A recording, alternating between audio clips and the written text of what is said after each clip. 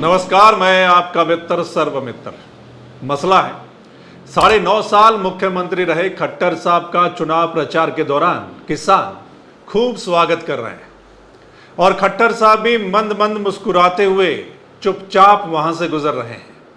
दरअसल उनको भी पता है कि अगर वो किसानों की तारीफ में कुछ बोलेंगे तो फिर किसान इससे भी ज्यादा स्वागत कर सकते हैं। पिछले 2-4 दिनों में आप ऐसी कुछ वीडियो देख रहे होंगे। खट्टर साहब हरियाणा में बीजेपी के हिसाब से सबसे सेफ सीट पर चुनाव लड़ रहे हैं, जिस सीट पर पिछली बार बीजेपी उम्मीदवार को देश में दूसरी सबसे बड़ी जीत मिली थी, यानी 6.5 लाख वोटों से ज्यादा की जीत। लेकिन इस बार हालात बदले बदले से नजर आ रहे हैं। हालांकि सामने कोई कद्दावर नेता नहीं है, फिर भी लोगों का मिजाज बदला बदला सा लग रहा है। इसको खट्टर साहब की 9.5 साल मुख्यमंत्री रहने के बाद भी लोकप्रियता समझे या फिर कुछ और।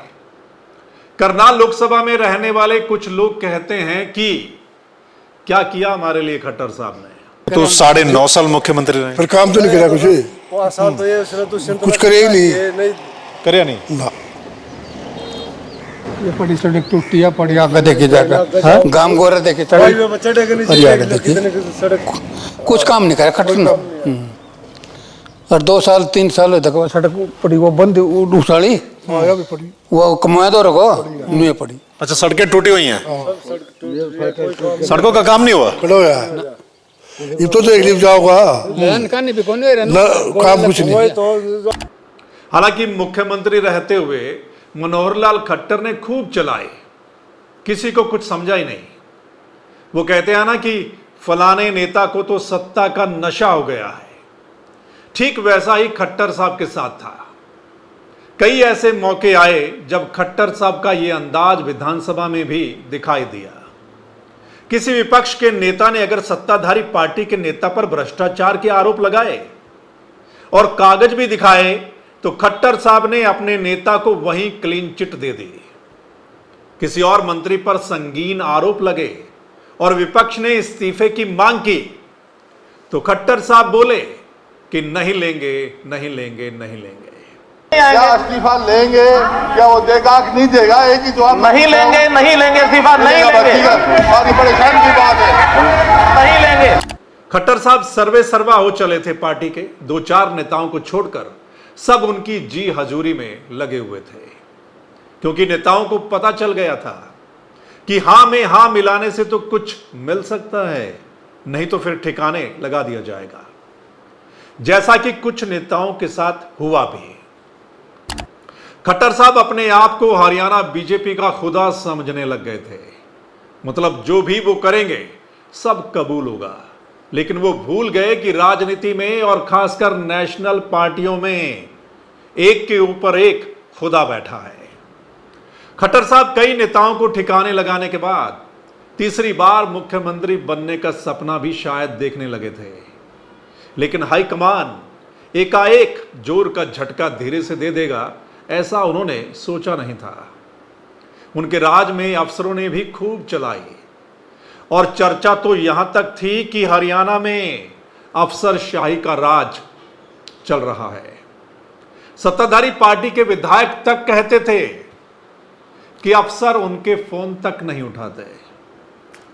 कई अफसर तो रिटायर होने के बाद भी रिटायर नहीं हुए, बल्कि और अच्छे पदों पर उनको सुशोभित किया गया। दरअसल मनोहर लाल को लगने लगा था कि जैसे हरियाणा में चौधरी देवीलाल, चौधरी भजन लाल और चौधरी बंसीलाल की चर्चा होती है, वैसे ही उनकी भी होने लगी है। खट्टर साहब के कई किस्से हैं जब वो फील्ड में तू तड़ाक से बात करते हुए दिखाई दिए, चाहे जनता से और चाहे अपने ही पार्टी के नेताओं से। खैर, अब खट्टर साहब करनाल सीट से लोकसभा का चुनाव लड़ रहे हैं और वो लोगों से कह रहे हैं कि अब वो कुछ देने नहीं बल्कि लेने के लिए आए हैं। पहले तो जनसभाओं में जाते थे, सब जगह कोई अनाउंसमेंट, घोषणा करनी, कोई शिलान्यास, कोई उद्घाटन, कुछ ना कुछ देने के लिए आते थे।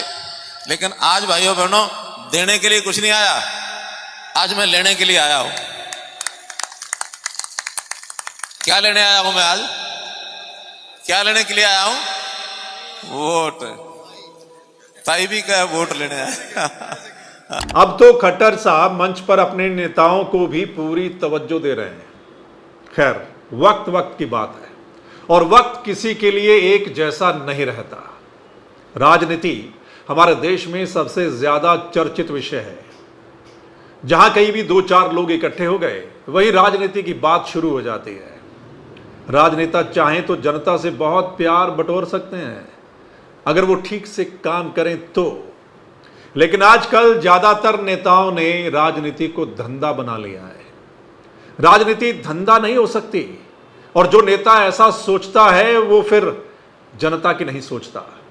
और यहां हम हर पार्टी की बात कर रहे हैं, किसी एक के नहीं, याद रखिएगा। सो दोस्तों, क्या कहना चाहेंगे आप आज के मसले पर?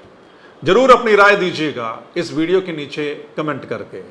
और अगर आप इस वीडियो को शेयर करेंगे तो तमाम लोग इस पर अपनी राय दे पाएंगे, क्योंकि चुनावी मौसम है, हर रोज कोई ना कोई नया मसला आपके सामने आ रहा है। और अगर आप चाहते हैं कि सही चर्चा आप लोगों तक पहुंचे, तो फिर आप इस चैनल यानी द मसला को लाइक, फॉलो, सब्सक्राइब कर लीजिएगा। चलिए फिर मिलते हैं अगले मसले के साथ। तब तक के लिए नमस्कार, आदाब, सत श्री अकाल, राम राम।